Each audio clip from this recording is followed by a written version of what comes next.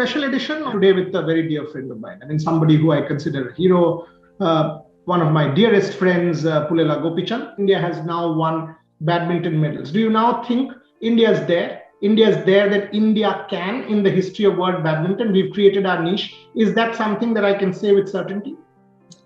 I'm sure at least that's something which I'm happy about, the fact that India, and it's not about one event, whether it's men's singles, women's singles, men's doubles, women's doubles. I think across the board we've done well. Some events more than the others, but in general, I think at least what we can say very clearly is the fact that we have demonstrated that we Indians can be best in the world, and we've had multiple world number ones. We've had multiple medals at World Olympic level, so we know that we can.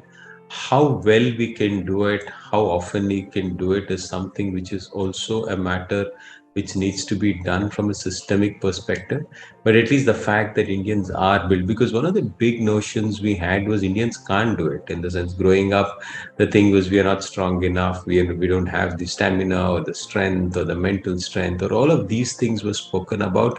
But at least that barriers have been cracked, and people do know that we can, with objective, proper planning and good execution of programs.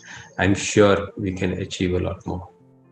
Now that you allude to that, I'll come to that. But let's sort of do a little bit of Tokyo. I mean, you won there. Firstly, I was surprised. Was it a conscious call? Because for me, and I'm asking you this, give me a straight answer on this. To give up, you're still the head coach. Even in Tokyo, it was Pullela Gopichand, head coach of India. To not go was also important. If you felt that by not going, you can get us a medal, was that a thought that I will give individual coaches to my students for the sake of India? Maybe I will not go, and that gives India a medal. I'm okay with that. Was that a thought? Why did you not go to Tokyo? I think it's not just now. It's not that I wanted to coach or this is the only thing I wanted to do. But honestly, I would love to see Indian badminton go up. And if I can propel it into the orbit and just rest back and enjoy my life, I think that's something which I would really love to. Having said that, uh, yes, in the last few years, because every athlete, and I don't do things half-heartedly, or I can't do multitasking.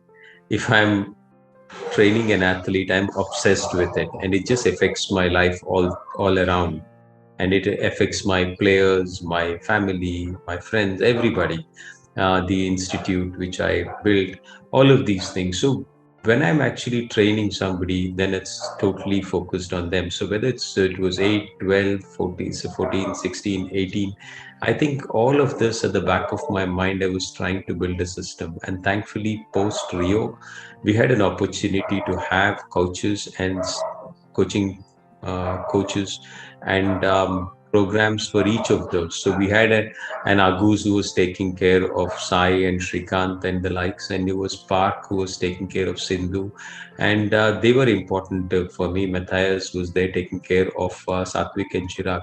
And when COVID protocols came up, the first thing I thought is it's most important for the coaches to travel who were training them, and then I think if I have a place, then I would go. Unfortunately, there weren't many places, and I had to give up. But still, I think I regret the fact that Sai didn't have Agus sitting for him or I sitting for him, because I would have really loved that. Sai also had a coach, and we, in fact, even with me not going, we were still short of a place at the Olympics. But it was also the poor planning of the authorities that they didn't see this coming, and we should have actually planned this much better in Tokyo. Did you miss the action? Did you feel that, oh, you know what, I should have been there? I should have been in that semi-final when, maybe Sindhu would have opened up a bit more. We all remember Rio. That doubles team after that incredible first match win against the eventual winners, they could have done something different. Do you regret that? No, I don't. In fact, this is actually the first time I really enjoyed the games, in the sense this is for the first time I actually was watching all the events. I was up early and I was really following all the sport, and I really enjoyed the Olympics as a fan. I just wish our doubles team was a bit more lucky. We could have pushed a little bit, maybe things a little different, and we could have pulled that medal off as well. Sai could have actually been a bit of a mental space, which was better to have got us some at least a better performance. I thought that with Kento Momoto going, he probably could have been that semi-final coming in place of Kevin Cordon. So I do regret these. But I think at end of the day, that's sport. The players who were playing, the coaches who were training them, I think they were there, and that was important for them. Two important tournaments lined up for 2022, and this country consumes multidiscipline games. Thoughts on that? Because you've got to sustain the momentum. Clearly, badminton has won medals, expectations are high. Do you see a supply chain post Sindhu? Do you see a supply line beyond Saina? Gayatri and your own daughter playing the sport now. How are you looking at the talent chain? Lakshya Sen, winning some big matches. Who's, Pranoy making a bit of a comeback, winning a big one. How is the scenario looking for you, at least the elite scenario? Well, I think for the next 2-3 years, I'm hoping Sindhu's presence will actually be a big pillar of strength for the women's side. Unfortunately, beyond Sindhu and Saina, we didn't invest in any talent in the last 5 to 6 years, and that is showing. And it's time that we, from the authorities, whether it's government, BI, start to look at the junior talent and invest in them. And unless you have dedicated structures, programs, you're not going to get players by themselves. And somewhere the notion was that players will come by themselves. They don't. There's been a lot of effort over the years to actually make Saina happen, make Sindhu happen from the junior ranks. And I think it's important that we actually do that again to ensure that the sport keeps producing solid players and a big bench strength that we are capable of, because the number of players playing the sport is tremendous, and we need to structure and organize that very well. On the men's side, happy that Laksh has actually proven very well. He's done very well, and I hope that his coming. Shrikant's been a bit on and off, but I think the last 2-3 tournaments have been a bit more positive than the past. Pranoy, Sai have also had comeback. Sai also had a decent run at the last Indonesian Masters. So things looking a little better from the senior lot as well.